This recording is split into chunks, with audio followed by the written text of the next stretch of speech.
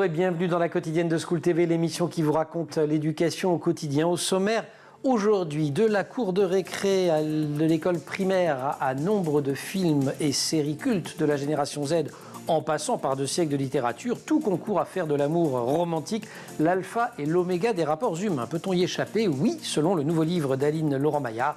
Elle est l'invitée du Grand Oral. L'Anti-Sèche de Cécile Fournier. L'Anti-Sèche, vous le savez, c'est la façon dont l'actualité résonne dans les programmes. L'actualité, c'est la découverte de ce squelette quasi complet d'un titanosaure. Tout cela nous renvoie à l'ère du Crétacé et c'est au programme en SVT. L'heure de la récré est toujours avec Cécile. Dimanche, ce sera la fête des grands-mères. Nous allons les célébrer avec un petit peu d'avance. Et puis rendez-vous avec Célie Luton, la librairie des conseils de lecture pour les enfants et pour les ados. La quotidienne de School TV, c'est maintenant. C'est parti. Grand Oral.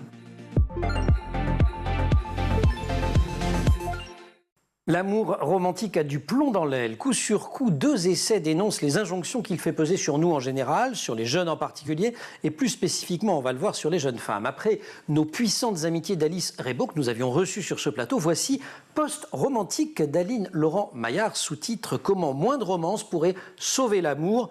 et la société. Il vient de sortir ce livre dans la collection Nouveaux Jours des éditions Lattès. Aline, bonjour. Bonjour. Ravi de vous accueillir. C'est votre 2e essai et je précise que vous êtes aussi l'autrice de 2 podcasts, Free From Desire ou Comment la sexualité m'a libéré et Bienvenue bébé. Il faut que je fasse attention à la manière dont je prononce parce qu'à l'écrit c'est plus facile. Vous vous définissez à la fois comme aromantique et asexuel. Je veux bien qu'on commence par définir les 2 termes.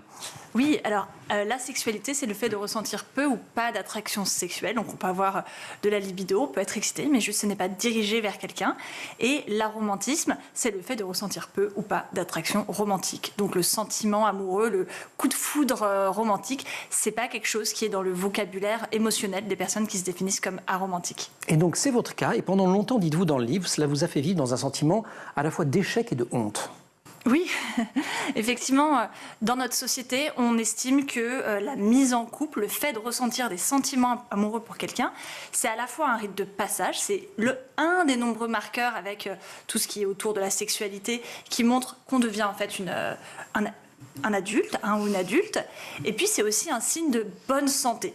On a tendance à penser que toute personne normalement constituée doit et peut être amoureuse et que si on n'y arrive pas, et ben c'est il y a un problème. C'est contradictoire parce qu'à la fois on dit que c'est parce qu'on n'essaye pas suffisamment fort, parce qu'on fait pas assez d'efforts, parce que notamment si on est une femme, on s'apprête pas assez, etc. Puis en même temps on dit non, c'est pas une question de force, c'est quelque chose d'inné et c'est parce que vous êtes moche, mais aigri. Enfin, on a tout un imaginaire autour des personnes qui sont célibataires qui est très, très puissant. Et alors pour sortir de cette honte, de ce sentiment d'échec, la première étape pour vous, ça a été de comprendre que l'amour romantique, c'est une construction sociale. C'est pas un truc qui est consubstantiel à notre humanité. Ah oui, moi ça a été un choc quand j'ai découvert ça, justement en faisant mon podcast Free From Desire. C'était de réaliser qu'en fait, les simples mots romantique et amoureux, ce sont des mots qui sont extrêmement récents en fait. Et tout ça, ça a 200 ans. Et on a un peu, bien sûr, avant, les gens ont toujours ressenti ce que nous on appelle aujourd'hui le sentiment amoureux. Il suffit de voir toute la littérature, l'amour courtois, oui, voilà. L'amour courtois après. Et c'est vrai que jusqu'avant on voyait ça comme de la passion et c'était quelque chose qui était plutôt négatif. Et là le 19e siècle va faire beaucoup de mal. Explosion. Notamment le 19e siècle allemand. Oui, voilà, c'est effectivement avec le mouvement intellectuel et artistique des romantiques que le regard sur le sentiment amoureux change complètement et qu'il devient justement ce fameux alpha et oméga de l'amour, à tel point que quand on dit amour, on pense amour romantique et ça efface complètement tous les autres types d'amour comme l'amour familial et l'amour amical par exemple. Et ça arrive comme par hasard au moment où les femmes ont de plus en plus d'indépendance et pourraient se passer du couple hétéro. Mais alors on pourrait imaginer, c'était mon cas je dois vous le dire, que s'il y avait autant de romans, de films, de séries qui mettent en scène cet amour romantique, c'est parce que ça parle à plein de gens. Et vous dites que c'est quand même l'inverse, c'est-à-dire que vous dites, citant d'ailleurs un sociologue allemand qui est Niklas Luhmann, disant qu'en fait ce sont ces romans qui ont créé une réalité. C'est pas qu'ils s'inspiraient du réel, c'est qu'ils ont créé une réalité. Alors, c'est toujours... dans la dialectique, d'accord. Voilà, en fait, les médias prennent quelque chose qu'ils voient et puis après en font quelque chose d'encore plus gros et ça fait effet boule de neige. Bien sûr que les gens avant étaient amoureux et dans l'époque des Lumières notamment, on voit que le sentiment amoureux commence à faire concurrence au sentiment amical. Et puis tout d'un coup, la culture a fait que on a pris ça, on y a mis beaucoup de passion. Alors forcément, plus les sentiments sont grands, plus ils sont intenses, plus ça intéresse les gens. À l'époque des romans, les romans ont explosé grâce justement au style romantique. Et en fait, ça s'est suivi après progressivement. On a eu Janer, on a eu toute cette littérature. Puis après, on a eu les romans photos. Et puis on a eu Disney. Et puis on a eu les grandes comédies romantiques des années 90. On leur doit la demande en mariage avec le genou, la bague, les grandes déclarations d'amour avec des fleurs, des trucs. Tout ça, c'est tout un imaginaire plein de pratiques, en fait, qui sont bien sûr appuyées sur des choses qui existaient déjà, mais qui en ont fait une norme et une injonction. Et qui conforte un certain ordre du monde. Ça fonctionne, expliquez-vous aussi, avec le capitalisme, le libéralisme, le patriarcat. Tout ça marche ensemble. Oui, bien sûr. Comme je le disais, cette idée que le couple serait, que le sentiment amoureux serait la meilleure chose qui puisse nous arriver, qui nous apporterait salut et salvation et épanouissement, et que c'est du coup, surtout en tant que femme, on devrait rentrer de soi-même, corps et âme, oui, c'est ça. Dans le couple. C'est arrivé à un moment où le couple hétéro, en fait, commençait à perdre un petit peu sa force. Et en fait, on voit très bien que ça a été une façon de préserver le capitalisme tel qu'on connaît, avec le fait de faire des enfants et puis après de leur léguer son héritage, et donc du coup de continuer à consommer et à passer en fait l'accumulation de richesses qu'on a créée tout au long de sa vie. On va continuer à en parler après l'anti-sèche. Cécile, je vous salue juste avant cet anti-sèche quand même. Je vous fais une anti-sèche. Vous savez comment on dit vieille fille en anglais? On l'a dit? Non, allez-y. C'est très drôle. Crazy cat lady. Ah oui, une folle dingue avec des chats, quoi. Ouais, c'est ça. Sympa, terrible. Hein. L'image est terrible. En 2019, selon l'INSEE, 27,6% de la population de plus de 15 ans se disait célibataire, 13,7% veufs ou divorcés. Ce sont plus de 4 personnes sur 10 qui, donc, au total, ne sont pas en couple. Voilà ce qu'on peut lire, entre autres, dans le livre d'Aline Laurent-Maillard, que l'on trouve donc juste après l'anti-sèche, Cécile Fournier. Cécile, bonjour. Bonjour. L'anti-sèche aujourd'hui part d'une découverte absolument extraordinaire. On va faire un bond dans le temps. On remonte 70 millions d'années en arrière. Et oui, on remonte à l'ère du Crétacé, Emmanuel. Oui, Crétacé. Et qu'est-ce qui justifie le fait qu'on se retrouve au temps des dinosaures? Eh bien, il y a quelques jours à peine a été exhumé dans la région de Béziers un squelette quasi complet d'un titanosaure, le dinosaure le plus grand de tous les temps. Exhumé de manière un peu fortuite, je crois, en plus. Alors, oui et non, je vous explique. Damien Bocchetto, c'est le nom du découvreur, est un grand passionné d'archéologie. Et quand il part se promener avec son chien, il aime bien aller dans des coins qu'il ne connaît pas. Un chien pour les os, ça va être pratique, votre histoire. Au cas où. Au cas où il découvrait, il découvrait un os. Eh bien, il se rend compte pendant sa promenade qu'un flanc de falaise s'est récemment effondré. Et là, en creusant un peu, il trouve justement un os de très grande taille. Wow. Effectivement, ça ne nous arriverait pas à nous, puisqu'il faut avoir être un peu aguerri sur la question quand même. Hein. Il faut avoir l'œil entraîné. Mais en fait, ça n'a rien d'étonnant tout ça, parce que c'est une région qui regorge de ce genre de fossiles. Oui, mais alors celui-là, c'est pas n'importe quel fossile quand même. Hein. Quand il revient avec les autres membres de l'association de paléontologues amateurs, dont il fait partie, ils se rendent compte que c'est un squelette quasi complet de titanosaure. Bon, il n'y a pas trop de suspense, je viens de le dire, hein, mais bon. Ouais. Et là, il décide de ne pas en parler le temps que les ossements soient mis en sécurité. Voilà pourquoi on en parle de cette découverte qu'aujourd'hui, parce qu'ils ont gardé le secret 2 ans. Moi, j'aurais tenu plus de 10 minutes. Hein. Un os de titanosaure, quand même. Hein. Quand même, un dinosaure extrêmement impressionnant. Que ce titanosaure, à quel point vous dites c'est une... C'est une grosse bestiole. Hein. Ouais. Une grosse bestiole qui pouvait mesurer 5 mètres de haut, 30 mètres de long. Il pouvait manger 2 tonnes de feuillage par jour parce qu'il fallait bien remplir cet estomac qui pesait la taille d'un éléphant. Et pourtant, le titanosaure, comme tous les autres dinosaures, a disparu dans ce qu'on appelle la crise biologique entre le Crétacé et le Paléocène. Et ça, c'est ce qu'on étudie en classe de seconde. Exactement, et c'était il y a 65 millions d'années, c'est donc l'extinction des dinosaures. Alors cette crise, elle est due à 2 facteurs. 2 facteurs, alors on dit, d'une part, ça serait dû à l'impact d'une météorite sur la Terre associée à une forte activité volcanique. La météorite se serait écrasée vers le Mexique et aurait provoqué un cratère de 300 km de diamètre, c'est énorme, et donc aurait provoqué de la poussière, ça aurait causé le refroidissement de la Terre. Associé à ça, vous avez les éruptions volcaniques dans la région de notre actuelle Inde. Là, ça aurait d'abord causé un refroidissement avec l'émission, encore une fois, de particules, puis puis un fort réchauffement à la suite d'émissions de gaz à effet de serre comme le dioxyde de carbone. Ok, ce squelette de titanosaure, on pourra l'observer? Alors pour l'instant, il est au musée de Cruzy où il est étudié, mais on n'a pas encore la date d'ouverture ou de démonstration de la chose. Voilà. C'est pas le premier titanosaure à être découvert? Non, c'est pas le premier. Le premier, ça se fait en Égypte en 2013, mais on ne savait pas que c'en était un parce que c'était le premier qu'on trouvait, donc on a su que c'en était un en 2018. Ensuite, il y a eu un crâne qui a été découvert en Australie il y a récemment, en avril 2023, et enfin tout récemment en Argentine. Mais le nôtre, le petit français, Cocorico, c'est le meilleur. Un titanosaure qui fait cocorico. Parce que... Il avait une crête. Il a la particularité non seulement d'avoir son squelette quasi complet, mais c'est que les os du squelette ont été retrouvés en connexion, c'est-à-dire en position anatomique et donc de façon et non de façon dispersée comme c'est le cas habituellement. Génial. Et ça a suscité le désir de Damien Boschetto de reprendre ses études? Oui, il va reprendre ses études, il va suivre un master dans ce domaine. Voilà, pas un master de maître chien. Pas un master de maître chien, non, pas du tout. C'est la voie classique en général, pour faire, ça peut peut-être susciter des vocations, je ne sais pas. Mais oui. Pour devenir paléontologue, la voie royale, c'est un bac à dominante scientifique, licence en géologie, sciences de la Terre ou en biologie, suivi d'un master et d'un doctorat en paléontologie. Combien d'années d'études, tout ça? 8 ans 8 ans minimum, hein, parce que les doctorats en 3 ans, c'est pas fréquent. Merci beaucoup, Cécile. On se retrouve pour la récré? Avec plaisir. Grand oral.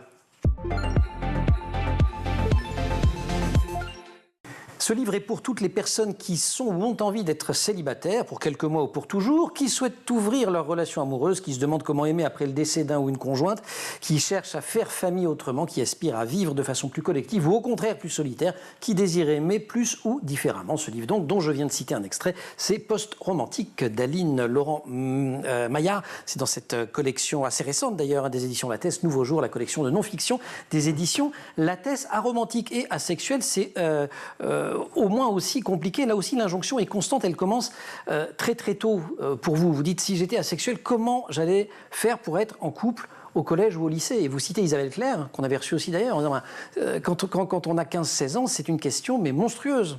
Oui, son travail est absolument passionnant. Elle montre qu'à partir de 14 ans, les jeunes commencent à se considérer célibataires. Moi, c'est toujours un truc qui m'a questionné. Comment je suis passée de célibataire à juste normal?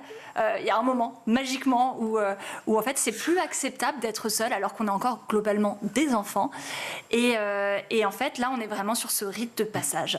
Il y a une injonction énorme et c'est que bien plus tard, vers fin du lycée, effectivement la vingtaine, où on peut, et on voit la nouvelle génération qui effectivement s'émancipe de l'injonction au couple en inventant des nouvelles façons d'être ensemble. Par exemple, le fameux situationship, qui est juste le fait d'être ensemble pour la situation qui est présente là. Donc on ne s'engage pas dans le futur, on peut recréer ses règles. Alors c'est des situations, c'est des types de relations qui sont à la fois aussi, qui ont autant de défauts, j'ai envie de dire pratiquement, que le couple monogame, hétéro pour toujours, mais qui permet d'offrir d'autres solutions. On a une alternative. Mais vous dites vers 20 ans, sauf que vous, la première fois que vous entendez parler d'asexualité, comme vous le dites, vous mettez ça sous le tapis et vous êtes dans le déni pendant quelques années. Oui, alors en fait, l'injonction au couple, elle est la plus forte. Elle est tellement forte, oui, c'est ça.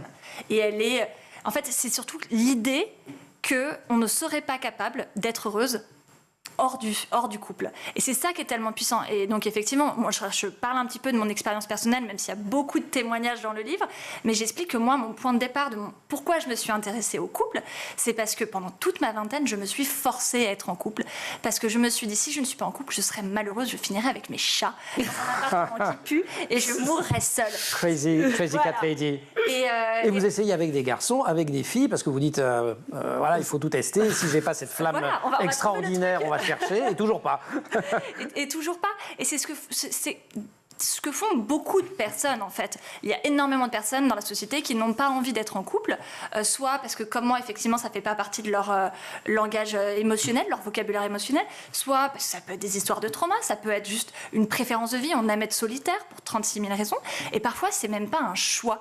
Et c'est ça aussi que je pense qu'il est très important à dire, et que j'essaye de dire dans le livre, c'est qu'il faut aussi prendre en considération toutes les personnes qui n'ont pas les moyens financiers ou physiques, parce que, pour rencontrer quelqu'un, il faut sortir de chez soi, il faut avoir de l'argent, il faut aller prendre des cafés, il faut avoir le temps de se faire belle, notamment quand on est une femme, avoir l'argent. Si on s'occupe de ses parents, si on travaille non-stop, si on a des problèmes ou des différences si on est aussi, donc ça va être difficile, si on est en bas du marché, ce que notamment Virginie Despentes appelait le marché de la bonne meuf. Et ben en fait, on va trouver personne qui veut de nous. Et ça, Christelle Murula en parlait très bien. C'est une journaliste noire qui avait fait un livre, justement, dans lequel elle explique que les femmes noires ne sont même pas populaires auprès des hommes noirs. Donc dans ces cas-là, en fait, comment trouver quelqu'un avec qui être en couple quand personne ne veut de nous? À un moment donné, vous mettez à distance, il y a d'abord la honte, le déni, et puis à un moment donné, ça arrête de vous toucher. Mais alors non seulement vous n'avez plus honte, dites-vous, mais vous devenez en colère. Ah oui, oui, il y a le moment où on réalise qu'en fait, c'est pas passager, c'est pour toujours. Ouais. Que ce soit par choix ou encore une fois par constat, quoi. En fait, on n'a pas d'autre solution. Il y a cette colère qui monte parce qu'on voit à quel point la société n'est pas faite pour les personnes célibataires et à quel point on va être discriminé tout le reste de sa vie. Et c'est aussi le cas, même si... Là, vous avez des chiffres. Vous dites d'ailleurs que la société est organisée pour ça, pour les impôts. Il vaut mieux être deux qu'un, pour les impôts, l'administration, sur le marché du travail, singulièrement pour les hommes d'ailleurs. Un homme marié, ça fait une plus belle carrière, par exemple, qu'un homme pas marié. Et en revanche, ça fait aussi une plus belle carrière qu'une femme mariée, parce qu'elle est réputée... Oui, non, mais... Quoi qu'on fasse, quand on est célibataire, on perd. C'est ça. Et quand on est célibataire femme, on perd encore plus. Bien sûr. Mais on perd comme toujours, parce que de toute façon, on gagne moins d'argent dans tous les cas. Si on n'a pas d'enfant, on est vu comme étant quelqu'un d'égoïste, quand bien même on s'occuperait de toute sa famille, des parents, etc., ce qui est généralement le cas, des neveux, des nièces, on est quand même vu comme étant quelqu'un d'égoïste et d'égoïste. Et on n'a que ça à faire en plus. Si on en a à dossier égal, on n'a pas accès aux appartements parce que les agences vont dire « Ah non, mais elle va être perdue, elle va être submergée, elle va pas réussir à gérer et à payer son loyer ou à s'occuper de l'appartement. » Donc... On perd à tous les coups. Post-romantique d'Aline Laurent. Maya, il y a effectivement beaucoup de la vie d'Aline, mais il y a aussi plein de témoignages, beaucoup de recherches citées françaises et internationales. Le sous-titre « Comment moins de romance pourrait sauver l'amour ?» et la société séchée la tête. On se retrouve, Aline, juste après la récré. Cécile, cette récré est consacrée aux grands-mères, puisque ce dimanche, nous allons les célébrer, les grands-mères. Oui, c'est la fête des grands-mères le 3 mars prochain, une fête créée en 1987 par la marque Café Grand-Mère pour célébrer ses 20 ans. Voyons, il y a souvent des marques derrière, donc ça n'aurait pas dû être Lavazza ou Carte Noire. Donc c'est quand même la fête de 7 millions de Françaises. Oui, parce qu'il y a 7 millions de grands-mères. Pas mal. En moyenne, elles ont 65 ans, elles ont 4 petits-enfants, et on devient grand-mère en moyenne à 54 ans. Ok, vous avez, en l'honneur de ces mamies, décidé de leur donner un prix, vous. Oui, alors difficile. Cécile Fournier. Oui, c'est un honneur. J'espère qu'elle s'en rend. Pour les grands-mères, mais oui. Alors, c'est difficile de faire un choix tout de même. Il y en a vraiment des exceptionnels, à commencer par ma propre mère. J'arrête là les messages personnels. D'accord, et dans la catégorie la plus drôle des grands-mères, alors? Je dirais Joël... Parce que c'est les Césars. Voilà. Joël Goron, la journaliste et écrivain, a coécrit avec Delphine Appiou un livre aux éditions de Noël intitulé « La mamie qui dit tout haut ce que les grands-mères pensent tout bas ». C'est un livre pour déculpabiliser les grands-mères de ne pas être parfaites. On y retrouve la typologie des grands-mères d'aujourd'hui ou encore les phrases qu'une grand-mère ne doit jamais dire comme... Par exemple ? Moi, je n'avais pris que 10 kilos au 7e mois. Fais attention quand même. Oh la vache. L'accouchement est dans 2 semaines. Vous n'avez toujours pas de lit pour le bébé? Ça c'est le César de la plus drôle, le César de la plus stylée. Iris Apfel, bien sûr, à 102 ans, cette américaine est mannequin, créatrice, décoratrice d'intérieur. Elle a d'ailleurs travaillé comme décoratrice à la Maison Blanche et vu son âge, elle en a vu défiler des présidents, de Truman à Clinton en passant par Ford. Et elle a été récemment égérie pour une marque de cosmétiques et même une marque de glace. D'accord, César de la plus sportive. Alors ça vient à Micheline Bailly, évidemment. Elle a 83 ans. Elle vient de l'Orne. Elle est sprinteuse. Il y a quelques jours, elle a même battu le record de France des plus de 80 ans en parcourant 60 mètres en 30 secondes. Et c'est en 13 secondes. En 13 secondes, oui. Enfin, je ne sais pas, vous avez écrit 13. Hein. Oui, c'est 13. Ah oui, d'accord. Lors des championnats de Normandie Mais déjà 30, ce serait pas mal à cet âge-là. Déjà pas mal, ouais. Mais non, c'est 13, donc c'est encore mieux. Dans le Calvados. Et à l'automne dernier, elle s'est classée 4e des championnats d'Europe senior. Et c'est une passionnée sur le tard, puisqu'elle a commencé, elle avait 55 ans, à bon entendeur. Tiens, rien n'est perdu, je pourrais y mettre. Et pour finir, le César de la plus super. La plus super, C'est la vôtre. Non, c'est pas la mienne. Mais si, bon. Ça aurait pu. Ça aurait pu. C'est Christine Donsenzen qui a été sacrée super mamie. Alors. Bah oui, en novembre dernier. Et c'est la plus jeune candidate à ce prix puisqu'elle a 58 ans. Une gamine. Une petite jeune. Elle vient des Alpes-Maritimes et elle est puricultrice et surtout, elle a 2 petits-fils. Eh bien, merci beaucoup, chère Cécile. Bonne fête donc à toutes les grand-mères. On dit aussi les mamies, les mamés. Les grannies, les mamamas pour les Alsaciens et les Lorrains. D'accord, les mamies, me dit-on en breton également. Également. Ne jamais oublier la grand-mère bretonne. Grand oral. En questionnant le modèle du couple moderne, nous sommes en train de clore une parenthèse, une anomalie à l'échelle de l'histoire de l'humanité. Nous sommes en train de tourner le dos à l'isolement de la famille nucléaire et de chercher un nouveau esprit de collectivité. Autre extrait de Post-romantique, le livre d'Aline Laurent-Maillard qui vient de sortir chez Lattès. Aromantique et asexuel, mais vous avez voulu avoir un enfant, vous avez choisi la PMA et ça ne ressemble pas aux belles histoires que vous aviez lues dans la presse. Les belles histoires de famille hétéro, Ouais. vous voulez dire ? Bah oui. On le voit, c'est particulièrement... on le voit... J'ai un enfant... Enfin, hétéro ou homo d'ailleurs, mais les couples en fait. Oui, mais enfin, bon, déjà les couples, les Ouais. familles homoparentales, les gens ne les voient pas beaucoup, Ouais. mais c'est vrai que littérature jeunesse, je lis des histoires à mon enfant en ce moment, je n'ai aucun livre sur des célibataires, même des autrices que je connais qui sont célibataires et heureuses de l'être écrivent des histoires de familles hétéro. On est plongé dès qu'on est enfant sur des histoires de familles avec 4 personnes, 2 parents, 2 enfants.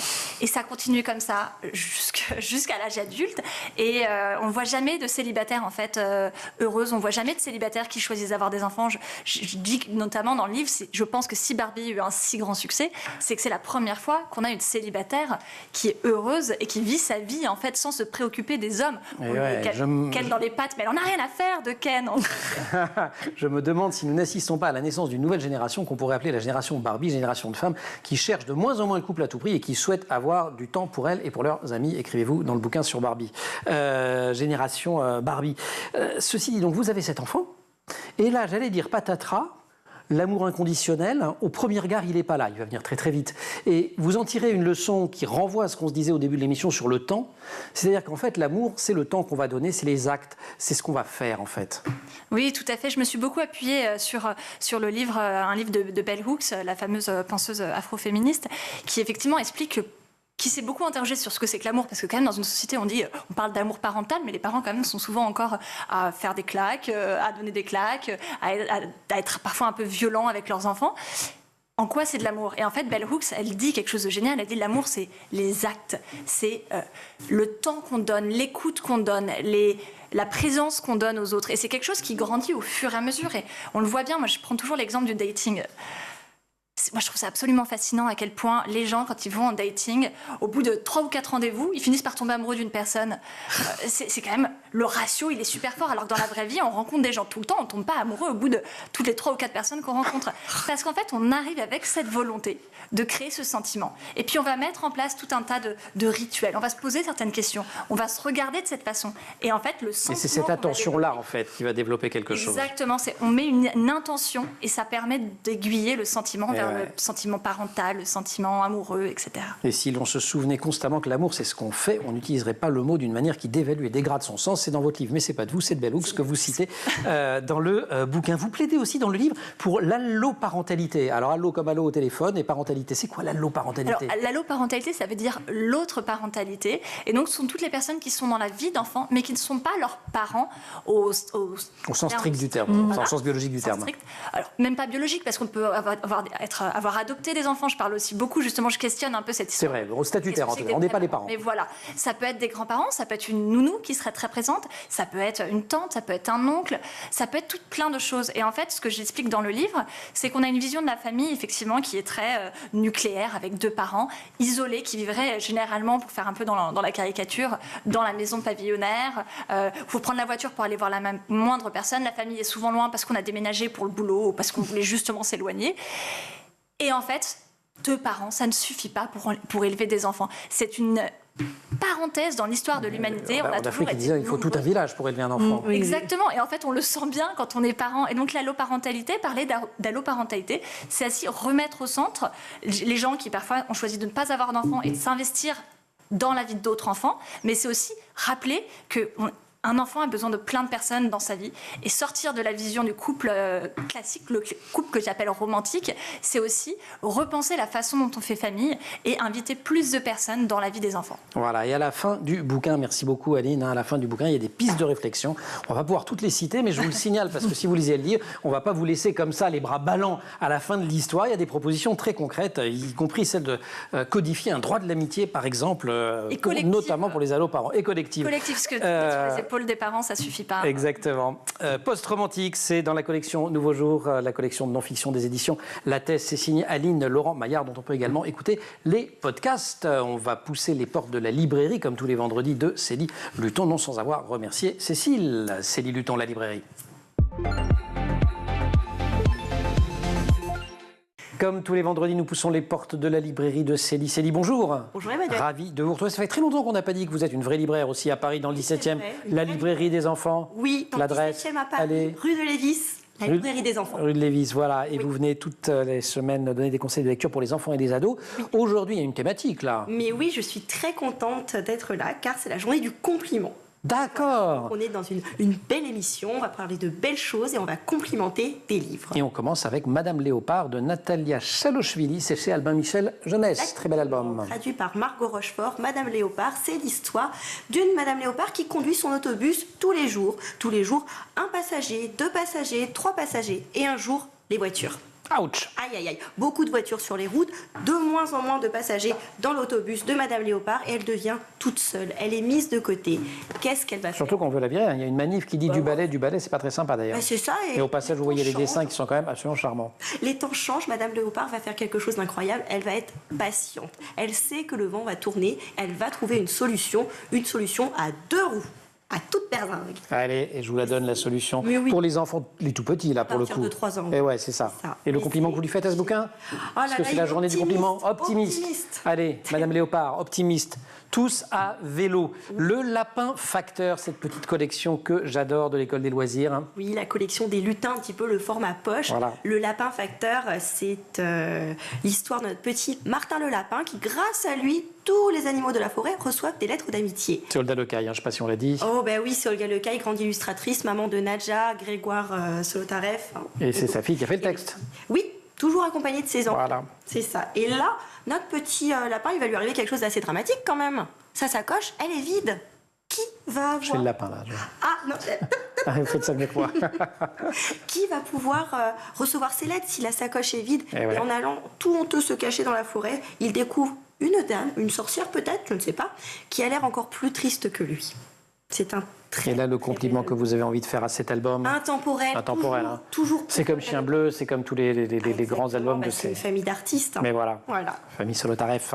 Un troisième et dernier livre. Pardon, c'est pour quel âge? Plutôt 6-7, non? 5-6, oui. 5-6, Oh, oui, et c'est 7, ça. 8, 9, 10. Hein, s'il Non, vous mais plaît. ça, 77, 78, 79. Infiltré, Laurent Petit-Mangin, c'est un roman ado chez Actes Sud Jeunesse Oui, là, on va qui faire sort dans quelques jours, c'est ça? C'est ça, mercredi prochain. Voilà. Oui. Alors là, c'est l'histoire de Dietrich, donc un jeune homme qui a fui la RDA pour quelques mois en Europe. Il arrive aux États-Unis, il découvre un petit peu le rêve américain et il va un peu oublier son but. Il est, comme le titre l'indique, infiltré. Est-ce qu'il aurait une mission? Mais la vie va reprendre le dessus. Il va vouloir faire la vie d'un jeune homme, être avec ses amis, retrouver sa mère et si son passé le rattraper. Dame Ned. Incroyable. Le compliment? Audacieux. Audacieux. Oui. Premier roman jeunesse de Laurent Petit-Mangin. En adulte, on l'avait lu, il avait eu un prix. Les jeunes l'aiment beaucoup, Laurent. Exactement, en 2020, il avait reçu le prix Femina des lycéens pour Ce qu'il faut de nuit, donc un roman sur l'amour filial qui est toujours aussi bien écrit avec un style qui est Bon, allez. tendre, sensible, incisif. Et là, c'est à partir du collège? Fin de collège? Moi, je dirais fin collège. Ouais. Fin de collège, lycée. Donc, à tous les lycéens qui l'ont né le Fémina, vous pouvez aussi le lire, ce nouveau roman de Laurent Petit-Mangin. Et si la RDA et les histoires d'espionnage vous plaisent, il y a aussi un beau roman qui a été édité en français il n'y a pas très longtemps, qui s'appelle Stasiland, sur la Stasi, et qui nous raconte Très beau, oui, aussi. un très beau texte. Merci beaucoup, chère Célie. Madame Léopard, Natalia Chalochvili, Le Lapin Facteur, Olga Lecaillé, Nadja, Infiltré de Laurent Petit-Mangin. C'est la fin également de cette quotidienne. Et donc, je remercie aussi Laure Audemont au maquillage, et pas du tout, c'est Tae Sayad. Tae, merci beaucoup, et pardon, Marine Plantec qui a préparé cette émission, qui est en régie aujourd'hui avec au son Thibaut Gory-Lafont et à la réalisation Théo Bosca. Vous restez sur School TV, vous nous retrouvez nous en permanence sur Internet et sur les réseaux sociaux.